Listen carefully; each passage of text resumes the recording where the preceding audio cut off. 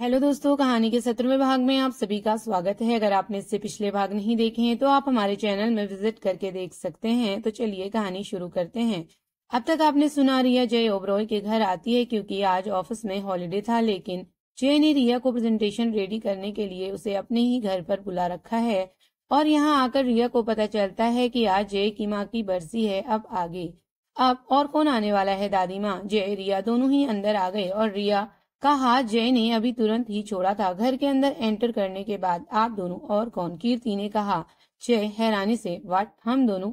जय और रिया दोनों ही सबके साथ हॉल में ही बैठ जाते हैं। दादी माँ, आप बुआ के साथ मंदिर में अपना जो भी काम है वो जल्दी से कर आइए। बाहर नमन आप लोगों का वेट कर रहा है, वो आपके साथ जाएगा। अरे तू क्यों उस बेचारे बच्चे को हर वक्त परेशान करता रहता है? हम ऐसे ही चले जाएंगे। जय शोभा जी को समझाते हुए, वो आपकी सिक्योरिटी के लिए है दादी माँ। तो हम कौन सा अकेले जा रहे हैं? ड्राइवर भी तो होगा हमारे साथ। कीर्ति, स्टडी रूम से मेरा लैपटॉप ले आओ। कीर्ति स्टडी रूम में लैपटॉप लेने जाती है। वहां देखती है कि रिया के फोन में कॉल आ रहा है। फोन उठाने के चक्कर में सारा सामान जमीन पर गिर जाता है। कीर्ति ने सारा सामान वापस से पर्स में डाला। उन सामानों में एक मेडिसिन भी थी, जिसे देखकर कीर्ति को थोड़ी हैरानी हुई। कीर्ति लैपटॉप और पर्स लेकर बाहर हॉल में आई और जय को उसका लैपटॉप और रिया को उसका पर्स पकड़ाते हुए बोली, आपका फोन कब से बज रहा है? रिया ने फोन चेक किया। उसमें शुभ के कुछ मिस्ड कॉल थे। वो उसे कॉल बैक करती इससे पहले शारदा मल्होत्रा का कॉल आने लगा। रिया ने साइड में जाकर कॉल रिसीव किया। हेलो। शोभा जी और आरती बुआ कुलदेवी के मंदिर के लिए निकल गए और मिस्टर मलिक भी उनके साथ ही निकल गए। आज जय की माँ की बरसी थी और साथ ही जय का जन्मदिन भी था। शोभा जी को अपने बेटे बहू को खोने का दुख तो था, पर जय के जन्मदिन पर इतना तो वो करती ही हैं हर साल, जिसके लिए जय भी उन्हें नहीं रोक पाता। रिया अभी फोन पर बात कर ही रही थी कि एकदम से बेहोश होकर फर्श पर गिर गई। जय, अनुराग, कीर्ति, आसी चारों उसकी ओर भागे। रिया का फोन अब भी ऑन ही था और स्क्रीन पर शारदा मल्होत्रा का नंबर फ्लैश हो रहा था।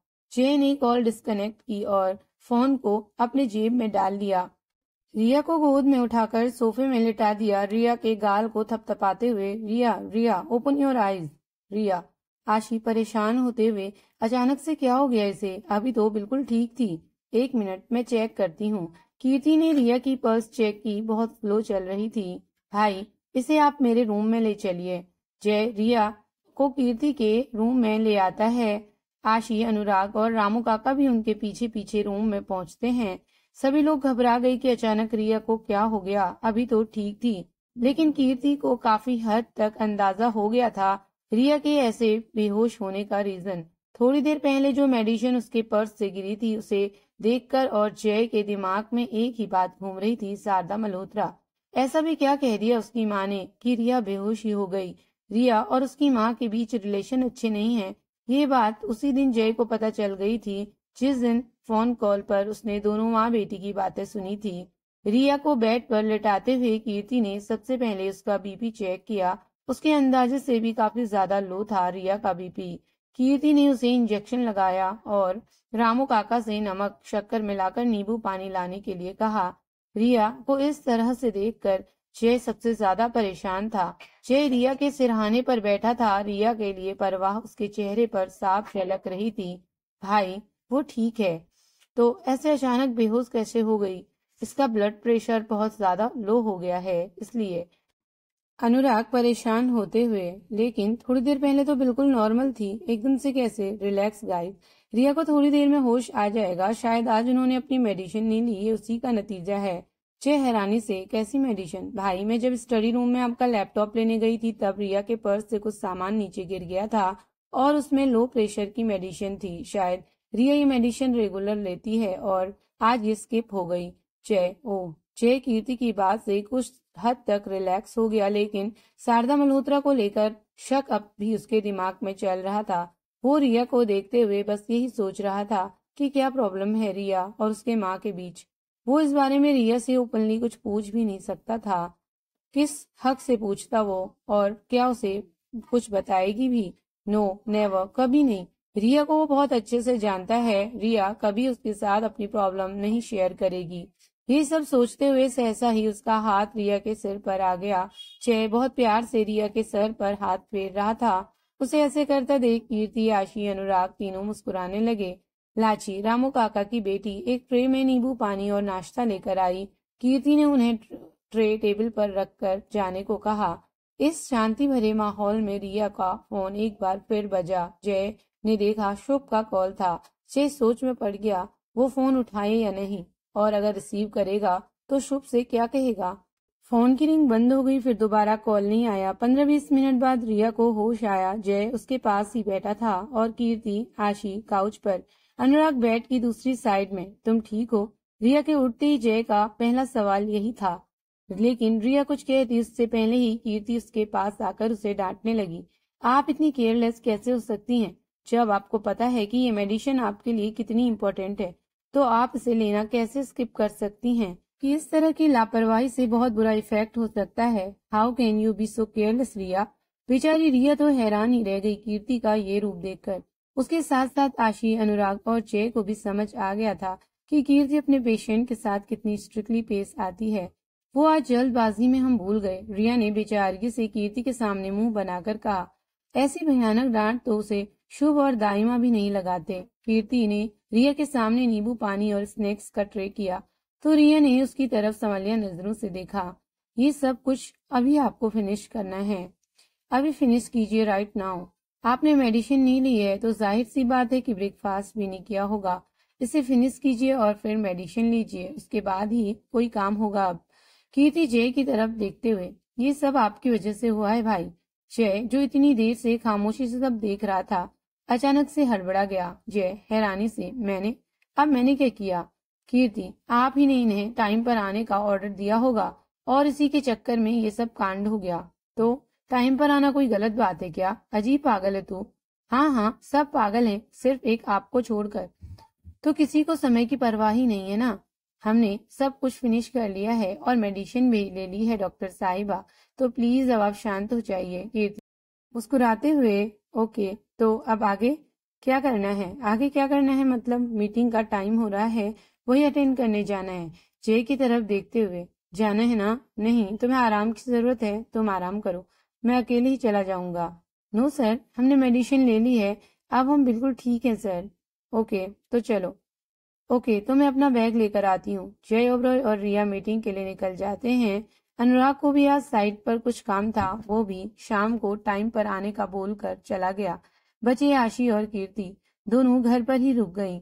अब कीर्ति उसके पीछे पड़ गई, ये जानने के लिए कि अनुराग ने उसे कैसे मनाया, लेकिन आशी कुछ भी बताने की मूड में नहीं थी। जय भी बुक की हुई टेबल पर जाकर बैठ गया। कुछ देर बाद क्लाइंट्स भी आ गए। मीटिंग के लिए सिर्फ 2 लोग आए थे। मिस्टर रजावत गर्मजोशी से जय से हाथ मिलाते हुए, hello mister Oberoi. Hello. Rajawat Riya की तरफ हाथ बढ़ाकर, हेलो मिस रिया। रजावत से हाथ मिलाते हुए, प्लीज सिट मिस्टर रजावत। चारों अपनी अपनी चेयर पर बैठ जाते हैं। रजावत के साथ जो आया था शायद वो उसका छोटा भाई था। एक छोटे से फॉर्मल इंट्रो के बाद काम की बातें शुरू हो गई। रजावत, मिस्टर ओबरॉय, इस महीने के एंड में मेरी शादी है, तो मैं चाहता हूँ ग्रूम एंड ब्राइड की शादी के फंक्शन के सारे आउटफिट आप रेडी करें। वो क्या है ना, मेरी वुड बी वाइफ को ओबरॉय इंडस्ट्रीज के कलेक्शन का बड़ा क्रेज है और ये उसी की डिमांड है कि हमारी शादी में वो सिर्फ आपके डिजाइन किया हुआ जोड़ा पहनेगी। ओके मिस्टर रजावत, शादी की एग्जैक्ट डेट बता दीजिए। इस मंथ के लास्ट, मतलब ज्यादा से ज्यादा 10-15 दिन है हमारे पास। आप ऑलरेडी काफी लेट हैं, हमें काम जल्द से जल्द शुरू करना होगा और आप कल ही हमारे ऑफिस में अपनी वुड बी वाइफ के साथ आना होगा। बाकी का काम कल से ही शुरू होगा। ओके मिस रिया, कल टाइमिंग क्या होगा? After 6 PM। ओके देन, कल मिलते हैं। मिस्टर रजावत के साथ जो बंदा आया हुआ था उसका ध्यान काम से रिलेटेड बातों में कम रिया के ऊपर ज्यादा था। वो बार बार इधर उधर नजरें चुरा कर रिया को ही देख रहा था। Riya white long length anarkali suit में लग भी तो बहुत खूबसूरत रही थी और उसके खुले बाल उसकी सुंदरता को और ज्यादा निखार रहे थे, जिन्हें वो हमेशा एक जूड़े में बांध कर रखती थी। जय काफी देर से नोटिस कर रहा था कि तरुण मिस्टर रजावत के साथ आया हुआ लड़का रिया को ही देखे जा रहा है या कहें कि घूरे जा रहा है, लेकिन रिया को इस और कोई ध्यान नहीं था। वो तो मिस्टर रजावत के साथ अपनी डिस्कशन में बिजी थी। Okay mister Oberoi and miss Riya, कल मिलते हैं आपके ऑफिस में। तरुण कुछ सोचते हुए, 1:30 बज गए हैं, क्यों ना हम लंच साथ में करें।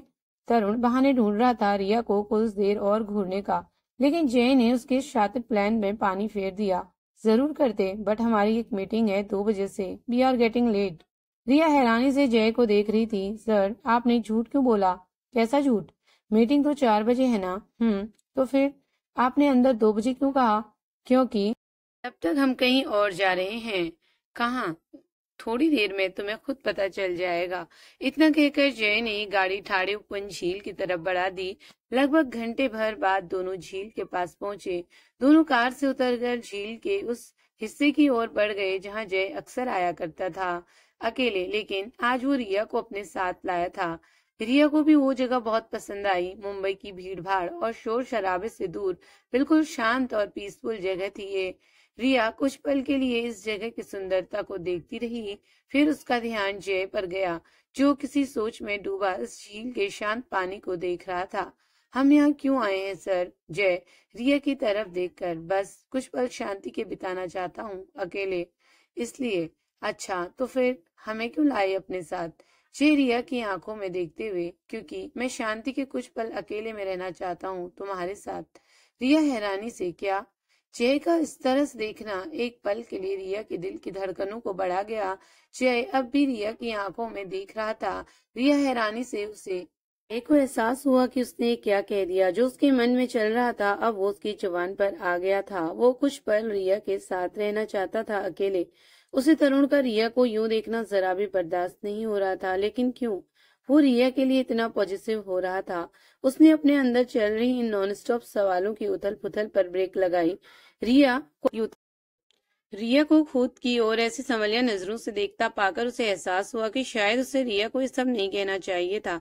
कहीं वो उसे और या उसकी इंटेंशन को गलत न समझ ले। जय बात बदलते हुए, अब वो मेरे कहने का मतलब है कि ये जगह मुंबई की भीड़ भाड़ और शोर शराबे से दूर बिल्कुल शांत और पीसफुल है।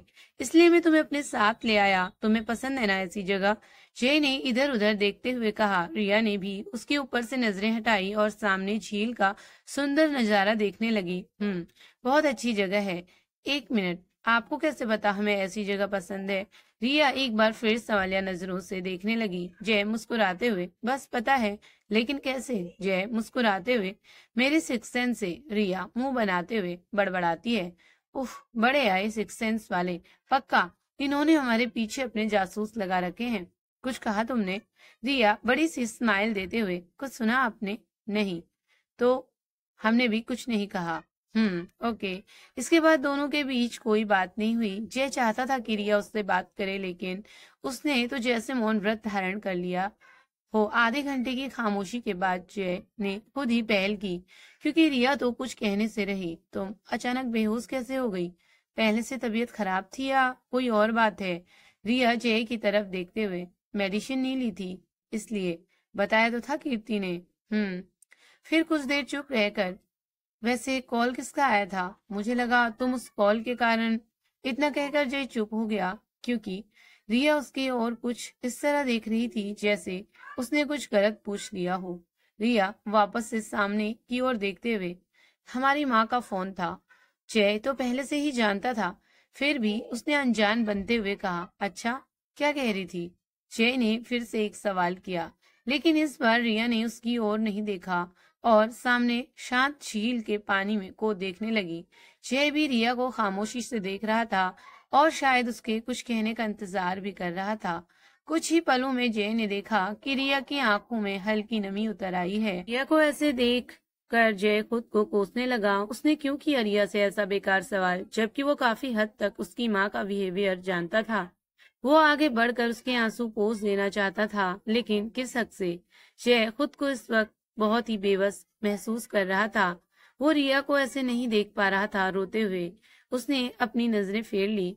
वो दूसरी तरफ देखने लगा। कुछ देर की खामोशी के बाद उसके कानों में रिया की बहुत धीमी और हल्की आवाज में उसे अपने सवाल का जवाब मिल ही गया। लेकिन जय को रिया के मुंह से ऐसा कुछ सुनने को मिलेगा इसकी उम्मीद नहीं थी। हमारी शादी फिक्स कर दी है हमारी माँ ने, और वो चाहती हैं कि हम लड़के को एक बार मिल लें। बस यही इन्फॉर्म करने के लिए उन्होंने हमें कॉल किया था। जितनी पोलाइटली रिया ने ये बात कह दी, उससे बहुत ज्यादा तेज और वियर्ड था जय का रिएक्शन। व्हाट? शादी? ऐसे ऐसे कैसे शादी? रिया को जय से ऐसे रिएक्शन की उम्मीद नहीं थी। वो जय को हैरानी से देखने लगी। जय बात संभालते हुए, आई मीन, तुम जानती हो उस लड़के को? नहीं। जय हैरानी से रिया को देख रहा था। पहले कभी मिली हो उससे? रिया ने इसका जवाब भी ना में ही दिया। तुम पागल हो, तुम्हारा दिमाग खराब है। आज की जनरेशन में कौन ऐसे अपनी लाइफ का इतना बड़ा डिसीजन, शादी जैसा डिसीजन, किसी और की मर्जी के हिसाब से लेता है? किसी और ने नहीं, हमारी। जय रिया की बात काटते हुए, तुम्हारी माँ ने लिया है, यही ना? जय रिया की आंखों में देखते हुए, तो क्या तुम्हारी अपनी कोई पसंद मायने नहीं रखती? रिया उसे अपनी नजरें फेरते हुए, हमारी ऐसी कोई पसंद है ही नहीं। रिया की कही बात से जय को अजीब सी चुभन महसूस हुई। उसे रिया से ऐसे जवाब की तो उम्मीद बिल्कुल भी नहीं थी। हमेशा गलत के खिलाफ किसी से बिना डरे अपनी बात पर अड़ी रहने वाली लड़की अपने खुद के लिए इतना गलत डिसीजन लेगी, जय ने ऐसा बिल्कुल भी एक्सपेक्ट नहीं किया था। जय जैसे ही कुछ कहने को हुआ, रिया ने उसे रोक दिया। प्लीज सर, आपने पूछा, हमने बता दिया। अब हमें इस टॉपिक पर और कोई बात नहीं करनी, प्लीज। जय गुस्से से, गुड, वेरी गुड, तुम्हारी लाइफ है, तुम चाहे जैसे इसे बर्बाद करो, मुझे इससे क्या। इतना कहकर जय कार की तरफ बढ़ गया। रिया कुछ देर तक उसे जाते हुए देखती रही। जय की बातों में, उसके गुस्से में रिया को अपने लिए सिर्फ परवाह और फिक्र महसूस हो रही थी। रिया को जय की आंखों में आज अलग ही बेचैनी नजर आ रही थी, लेकिन रिया इस वक्त खुद को उलझा हुआ महसूस कर रही थी। शायद इसलिए वो कुछ भी समझने की कंडीशन में नहीं थी। उस रात शुभ का अजीब बिहेवियर, शुभ का रिया से कुछ छिपाना, काम का अलग प्रेशर, और आज शारदा मल्होत्रा ने तो हद ही कर दी, शादी का बम फोड़कर। रिया अपनी ही सोच में गुम थी। उसका ध्यान कार के हॉर्न से टूटा, जो जय कार में बैठकर कंटिन्यू बजाए जा रहा था। रिया अपने आंसू पोंछकर कार में जाकर बैठ गई। उसके बाद दोनों के बीच कोई बात नहीं हुई। रिया का चेहरा बुरी तरह उतर गया था, जो जय नोटिस कर रहा था, और अब तक तो उसका गुस्सा भी हवा हो चुका था। वो कार ड्राइव करते हुए बीच बीच में एक नजर रिया को भी देख लेता, लेकिन रिया खिड़की से बाहर सड़क पर नजारा जमाए एक बार फिर अपने ही सोच में उलझती जा रही थी। जय को रिया के चेहरे से ही पता चल रहा था कि वो किस सोच में डूबी है और कितनी परेशान है। उसने कुछ ही देर में गाड़ी रोक दी, लेकिन रिया को पता ही नहीं चला। जय अपनी सीट बेल्ट खोलकर कार से बाहर निकला और रिया को साइड का दरवाजा खोलकर उसे बाहर आने का इशारा किया। रिया ऐसे अचानक दरवाजा खुलने पर चौंक गई। चलें, वी आर गेटिंग लेट। जी। दोनों एक बड़े सी बिल्डिंग के अंदर जाते हैं। उसके बाद दोनों ही अपने काम में बिजी हो जाते हैं। अंदर मीटिंग चल रही होती है। इस बीच रिया का फोन कई बार बजा। शोभ और कीर्ति दोनों ही उसे कॉल कर रहे हैं। कीर्ति कहाँ आना है ये पूछने के लिए कॉल कर रही थी, और शोभ रिया घर कब तक आएगी ये जानने के लिए, क्योंकि मानवी की तबीयत ठीक नहीं थी और अब वो उससे बार बार यही पूछ रही थी कि दीदी कब आएगी, क्योंकि रिया उसे आज जल्द वापस आने को बोलकर गई थी। वक्त 6:30 बजे जय और रिया वहां से निकले। कार में बैठकर रिया ने अपना फोन चेक किया। उसमें शुभ और कीर्ति के मिस्ड कॉल्स की लाइन लगी थी। कीर्ति ने के कॉल करने का रीजन तो रिया जानती थी, इसलिए उसने सबसे पहले शुभ को कॉल करके मानवी के बारे में पूछा। इतनी बार कॉल करने पर भी रिया के आंसर न करने पर कीर्ति ने जय को कॉल किया। कीर्ति झल्लाते हुए, भाई क्या अभी भी खत्म नहीं हुआ आप लोगों का काम? और कितनी देर वेट करें हम सब? जय ने रिया की तरफ देखा, जो शुभ से बात कर रही थी। रिया का मूड उसके बाद से खराब ही था, और तो और उसके बाद दोनों के बीच काम के अलावा और कोई बात भी नहीं हुई थी। कीर्ति, हमारा काम हो चुका है और मैं घर ही आ रहा हूँ। क्यों घर क्यों? आकर बताता हूँ। और रिया वो भी आ रही है ना आपके साथ? कीर्ति को जय का मूड कुछ ठीक नहीं लग रहा था। उसके बात करने के लहजे से वो अपने घर जा रही है। कीर्ति हैरानी से, अरे लेकिन। जय कीर्ति की बात काटते हुए, लेकिन कुछ नहीं, बाय। भाई, जय ने कीर्ति की बात सुने बिना ही कॉल कट कर दिया। कीर्ति भी परेशान हो गई कि जय का मूड सही नहीं है, लेकिन सुबह तक तो सब कुछ बिल्कुल नॉर्मल था, अचानक क्या हो गया? कीर्ति सोच ही रही थी कि उसके फोन में रिया का भेजा हुआ टेक्स्ट मैसेज फ्लैश होने लगा। मैसेज देखते ही कीर्ति के फेस पर प्यारी सी स्माइल आ गई। लगभग आधे घंटे के बाद रिया, जय, कीर्ति, आशी ये चारों ताज होटल में शुभ और मानवी का वेट कर रहे थे। और कीर्ति तो यहाँ भी जय से झगड़ रही थी कि उसने आउटिंग का प्लान कैंसिल करने के बारे में सोचा भी कैसे, और रिया को बार बार थैंक यू बोल रही थी कि उसके कारण आज सबका एक साथ बाहर आकर साथ में थोड़ा टाइम स्पेंड करने और मस्ती करने का प्लान सक्सेसफुल हो पाया। लेकिन उसे भी रिया कुछ डिस्टर्ब और परेशान लगी। दरअसल जय ने कीर्ति को मना करके जैसे ही कॉल कट की तो रिया ने उसे ताज होटल में चलने को कहा। उसने शुभ और मानवी को भी वहीं बुला लिया था। मानवी की तबीयत ठीक नहीं थी तो वो सुबह से घर पर पड़े पड़े चिड़चिड़ करने लगी थी, इसलिए रिया ने थोड़ी चेंज के लिए उन दोनों को भी वहीं बुला लिया। और मानवी जब सबसे मिलेगी तो उसकी खराब तबीयत भी अपने आप ठीक हो जाएगी। रिया ने जब सब कुछ प्लान कर ही लिया था तो जय ने भी कुछ नहीं कहा और गाड़ी ताज होटल की तरफ मोड़ दी, ये सोचकर किसी बहाने कुछ समय तक रिया उसकी नजरों के सामने रहेगी। ये सोच के उसके फेस पर हल्की सी स्माइल आ गई। लेकिन रिया यहाँ सबके साथ होकर भी नहीं थी। वो अब भी दो बातों में उलझी हुई थी। पहली शादी वाली बात और दूसरी जय का बिहेवियर, जो आज रिया को कुछ बदला बदला सा लगा। कीर्ति की बातों का जवाब रिया सिर्फ हाँ हूँ मैं ही दे रही थी, इसलिए कीर्ति ने उससे पूछ ही लिया, क्या हुआ, आपका चेहरा इतना उतरा हुआ क्यों है, तबीयत ठीक है ना आपकी? कीर्ति के रिया को ऐसे सवाल करते ही आशी और अनुराग और जय तीनों का ध्यान उन दोनों पर गया। आशी अनुराग आपस में कुछ बात कर रहे थे और जय के पास नमन का कॉल आ गया तो वो उसमें बिजी हो गया था। कुछ पल के लिए जय तो जानता ही था कि रिया के ऐसे मुरझाए हुए चेहरे का राज, इसलिए वो चुप ही रहा। लेकिन आशी अनुराग ने भी कीर्ति का किया हुआ सवाल फिर से दोहराया, क्या हुआ रिया, कोई प्रॉब्लम है क्या, तुम कुछ परेशान सी लग रही हो। अनुराग के इस सवाल पर रिया को समझ नहीं आया वो क्या कहे। एक ये लोग जो बिना उसके कुछ कहे उसके चेहरे और हाव भाव से ही जान जाते हैं कि वो परेशान है या खुश है, और एक उसकी माँ जिससे उसकी खुशी बर्दाश्त ही नहीं होती और हमेशा उसके लिए परेशानियां खड़ी करते रहती है।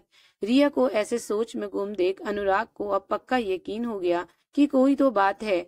उसने फिर से जोर देकर पूछा, रिया जो भी बात है यू कैन टेल अस। रिया मुस्कुराते हुए, ना नहीं ऐसी कोई बात नहीं है अनुराग जी, आप खामोखा परेशान हो रहे हैं। कहते हुए रिया ने जय की ओर देखा। उसे डर था कहीं जय कुछ बोल न दे, लेकिन उसके देखने पर जय ने अपनी नजरें फेर ली। कीर्ति पक्का ना? रिया मुस्कुराते हुए, हाँ बाबा पक्का। अब प्लीज एक ही सवाल को दोहराना बंद कीजिए डॉक्टर साहिबा, वरना हमें सच में मरीज वाली फीलिंग्स आने लगेगी। रिया की इस बात पर कीर्ति आशी दोनों हंस दी, लेकिन अनुराग को कुछ गड़बड़ लगी। वो जल्द से जल्द रिया को इंस्पेक्टर वाली बात बताना चाहता था ताकि वो अलर्ट रहे और जल्द से जल्द उस लड़के की पहचान हो जाए। जय रिया को ऐसे मुस्कुराता देख मन ही मन बड़बड़ा रहा था। जय, तुम्हारी आंखें बताती हैं कि तुम अपनी खूबसूरत हंसी और एटीट्यूड के पीछे किस कदर अपने दर्द को समेटे हुए हो। तो दोस्तों, आगे की कहानी देखने के लिए कहानी का दूसरा भाग जरूर देखें, और अगर आप मेरे चैनल पर नए हैं तो प्लीज चैनल को सब्सक्राइब जरूर करें। आपको कहानी कैसी लगी लाइक कमेंट करके जरूर बताएं। Thank you for watching.